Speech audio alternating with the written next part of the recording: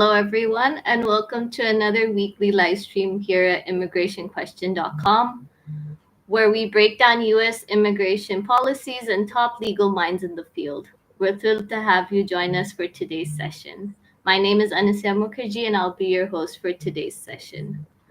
Let me take you back for a sec. Imagine this. You've just landed your dream job at a US tech company. The team loves you, the offer is perfect, but there's a catch. Your future hinges on one piece of paper, an approved H-1B visa. You apply, wait, and wait, then an REF. That's why today's topic is more than just a webinar, it's a lifetime.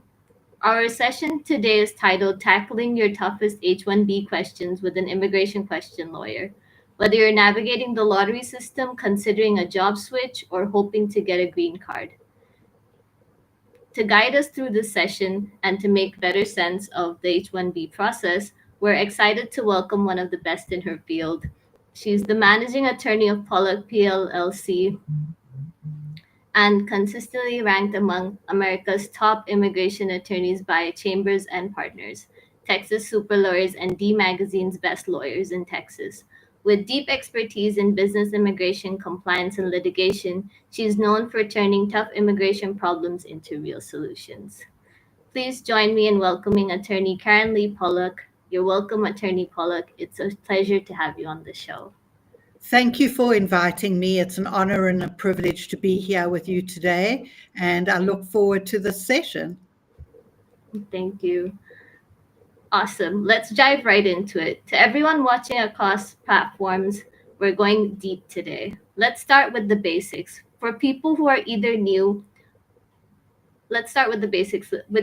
for people who are either new to the process or considering their options, what qualifies for an H-1B visa and what factors influence eligibility? Attorney Pollak. Thank you. That's a great question. The H-1B visa allows U.S. employers to temporarily hire foreign professionals with a bachelor's degree or higher to work in a specialty occupation. Simply put, a specialty occupation is one that requires a degree. It requires theoretical and practical application of specialized knowledge, and it necessitates at least a bachelor's degree in a directly related field to the job. So the degree must be related to the job. Well noted. Thank you for that. It appears, however, even eligible applicants, only a few make the cut. And today's competitive climate, standing out is what matters more than ever. What makes an H-1B petition stand out, and especially in today's environment? I think, first of all, it must be organized. It really must. It must include everything that is required under the regulations. And I wouldn't put in, sometimes more is less. So just put in those documents that are required to make you successful in an H-1B application. I would start off with the content page and directly state on there where the adjudicating officer can find each of the documents, so that if they skim through the application, which they often do, they can readily find documents. So, for example, if they're looking for the labor condition application, they can just look at the content page and see that is at tab 4 if they just want to open up to it. So make it as organized and reader-friendly as possible. Then go through the regulations and see that you have everything that is required, that the beneficiary qualifies for the job, that you have their degree, their transcripts, any educational evaluations, that you have a support letter from the employer stating what the job description is and how the employee qualifies for the job. Make sure the labor condition application is in there and signed, that there is any pay stubs to show maintenance of status if needed, and to make sure that everything related to what you're saying is backed up by evidence. Very good points. That would be really helpful. I know that even the best application hits bumps. So, what are the most common mistakes people make in their applications? Ooh, that's a great question. There is a lot of things. First of all, the most common thing is not providing the correct filing fees. There are several filing fees associated with an H-1B application, and the amount that is charged depends on how many employees the company has. So make sure that you have included the right amount for the number of employees. There is a certain amount that is charged if the US employer has less than 25 employees, and a certain amount if they have more than 25 employees. So make sure that they are the correct filing fees. Often people send applications to the wrong address, to the wrong lockbox or service center. Make sure you're filing with the correct address for the application. Often people don't sign all the forms that are required, not completing the forms properly. If it's an H-1B cap subject petition, often people don't include the selection notice. If it's a H-1B cap case, often the registration form has different information than what is stated on the I-129 application. I'm just trying to think. Failure to include all supporting documents such as degrees, transcripts, ability to pay, maintenance of status in the United States. Failure to file a H-1B cap subject petition by June the 30th. In registration, entering the beneficiary multiple times for the same employer. Those are just some of the common mistakes that we see. That is, thank you for breaking that down. Now, let's talk about these new updates that are coming in. The H-1B program has been evolving, policy shifts and changes, and the lottery. Can you walk us through any recent or upcoming H-1B policies that applicants should be aware of? I am not aware of any upcoming policies. The most recent changes were under the Biden administration, which went into effect on December the 18th, 2024. It was called the H-1B modernization rule. The biggest change in there was that the degree must be directly related to the specific specialty or its equivalent. So, in layman's terms, the degree must be related to the job duties. So, if you have a degree in engineering and the job offer is in finance, you will have a hard time explaining how your degree relates to the job offer. So, it's important. We often put in how the beneficiaries' subjects that they took during their degree relate to each of the job tasks. So it's very important to show how the degree is directly related. That was one of the biggest changes. The other big change was now that owner beneficiaries can petition themselves if they own the company. Before, there had to be an employer-employee relationship. Now an owner beneficiary can petition for themselves. However, these H-1B petitions will only be valid for 18 months. Another big change was in third-party staffing situations, USCIS will evaluate whether the beneficiary is part of the staff of the third party. If they are, they will look at the third party's job requirements, not the petitioner's. If the beneficiary is only providing services to the third party, then they will look at the petitioner's job duties. Another big expansion was on site visits. The USCIS has expanded site inspection authority. Inspections now may occur at the petitioner's worksite, third-party locations, or even private residences if remote work is performed. Another big change was cap gap extensions now run until April 1 of the fiscal year, or the approved petition start date, whichever is earlier. So we could have a whole webinar on these changes, but those are the big highlights. Thank you so much for that. To our amazing audience, thank you for joining us. If you're tuning in from any social media platform, we're excited to have Attorney Pollak, a seasoned immigration attorney who has contributed significantly to today's topic. Thank you. This is immigrationquestion.com, a platform designed to simplify the immigration process. Ask your immigration questions for free in any language and get connected to a verified attorney who can offer legal guidance. You may also receive a free confidential initial consultation. Visit www.immigrationquestion.com and sign up today.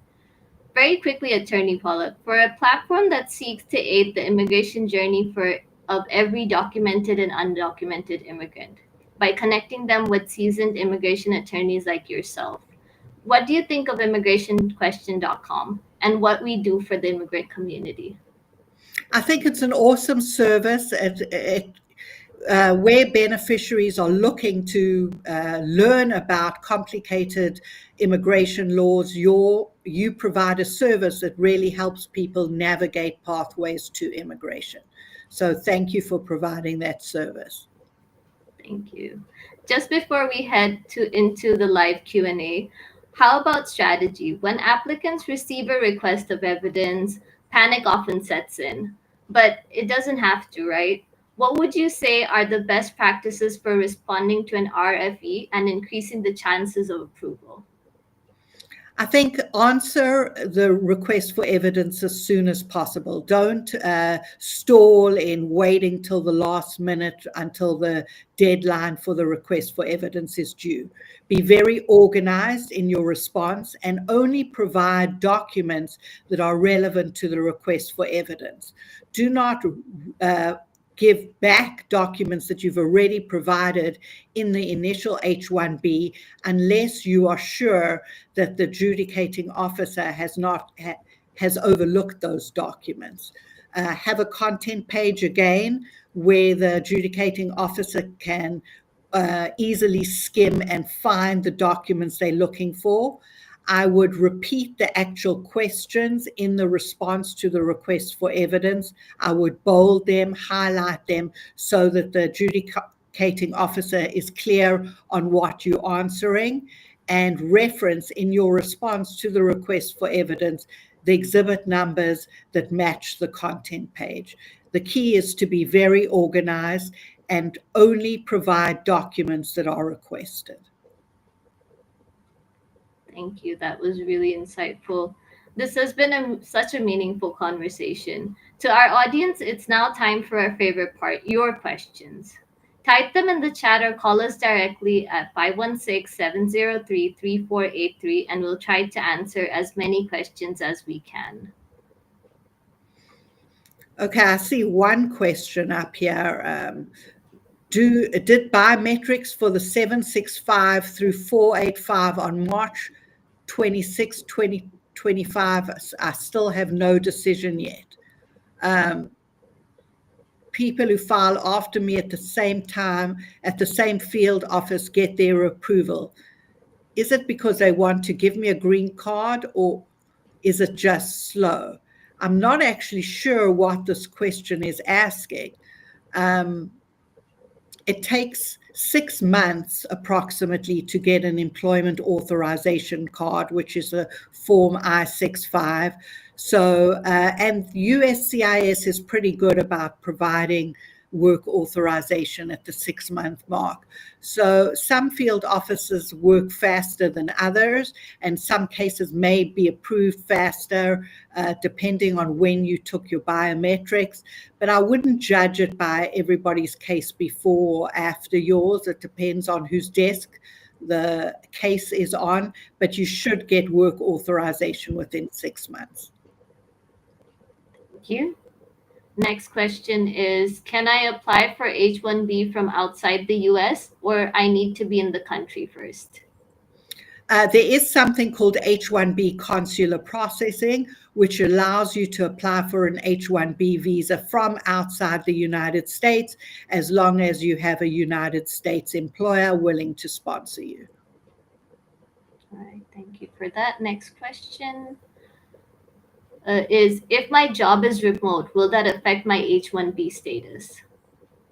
It could possibly, it depends on whether you disclosed in your labor condition application and your H-1B application, the work site, which states that it's a remote work location.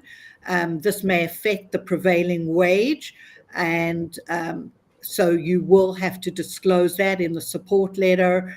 There is a specific question that asks in the H-1B application if you'll be working off-site. So if you don't disclose that you will be working remotely, you may be required to file an amended petition to disclose that. Thank you. And the next question is, I am an engineer.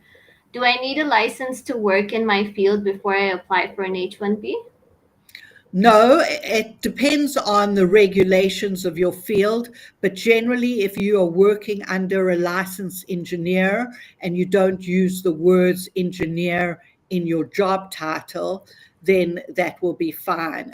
In your H-1B, I would provide the PE license of the engineer that you'll be working under, as well as their resume. All right, thank you. Next question is, I'm on OPT right now. Can I apply for H-1B directly, or do I have to wait until after my OPT? You can apply at any time. You do not have to wait until your OPT is done. In fact, it's wise to apply for an H-1B before your OPT expires so that you have as many chances or bites at the apple as possible, as the H-1B is a lottery system. So at least you'll be able to work. If you're not chosen in the lottery, you'll be able to work your OPT. All right, thank you. Next question. Can I apply for H-1B while I'm still in school, or do I need to first graduate? You will have to graduate, but some people have completed their courses before June 30th, and as long as you have your degree by then you can apply for the H-1B, but you do have to have a degree. So you will have to have graduated. All right, thank you. Next question is, what happens if I get laid off while on H-1B? How long do I have to find a new job? You have a grace period of 60 days to either apply for a new H-1B or to leave the country or change status to some other type of visa. Right. How many times can I renew my H-1B visa? Generally, an H-1B visa is valid for 6 years, so it would be valid for 3 years, and then it could be renewed for another 3 years. There is an exception if you have a green card in process and you have an approved I-140, then the H-1B can be renewed based on the approved I-140 for another 3 years. If you have a perm labor certification pending, the H-1B can be renewed for 1 year while that labor certification is pending, if the labor certification has been pending for over a year. All right, thank you.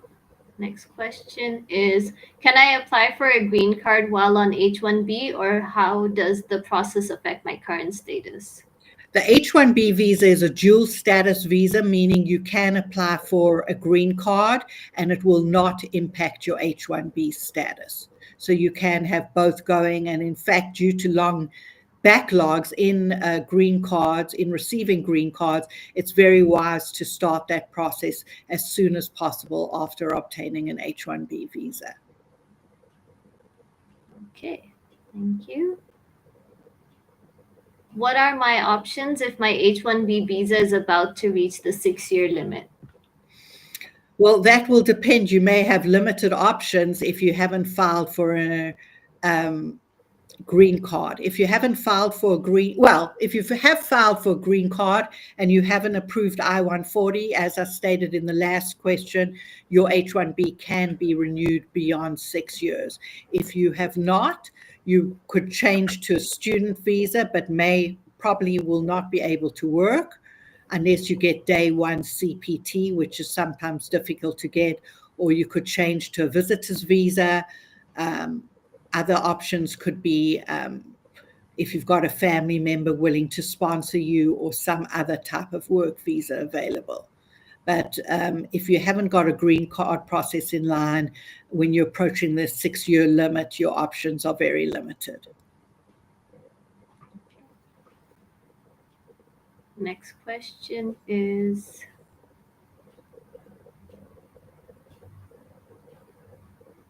can I switch can I switch employers on H-1B status, and how does the transfer process work? You can switch employers. The new employer will have to file a change of employer petition for you. It is very similar to a brand new H-1B visa. It's just that a different box is checked, but you will have to provide all the same information as if you were filing a new H-1B visa. All right, that was our last question. Thank you for answering the audience questions. This has been a very nice session. Thank you so much, Attorney Pollak. That brings us to the end of today's session. A huge thank you to Attorney Pollak for lending her voice and experience today. Thank you so much. We look forward to having you back on the show. If you missed any part of today's session or want to listen again, the recording will be available on Spotify. To catch today's episode and past ones, search for Borderless Talk by immigrationquestion.com. Join us next week for another great session with employee-based immigration, joined by Attorney Devin Gandhi. You wouldn't want to miss it. Once again, thank you so much, Attorney Pollak, for making today's session so exciting. We can't wait to have you back again. Thank you so much. It's my pleasure. Thank you for having me. Thank you.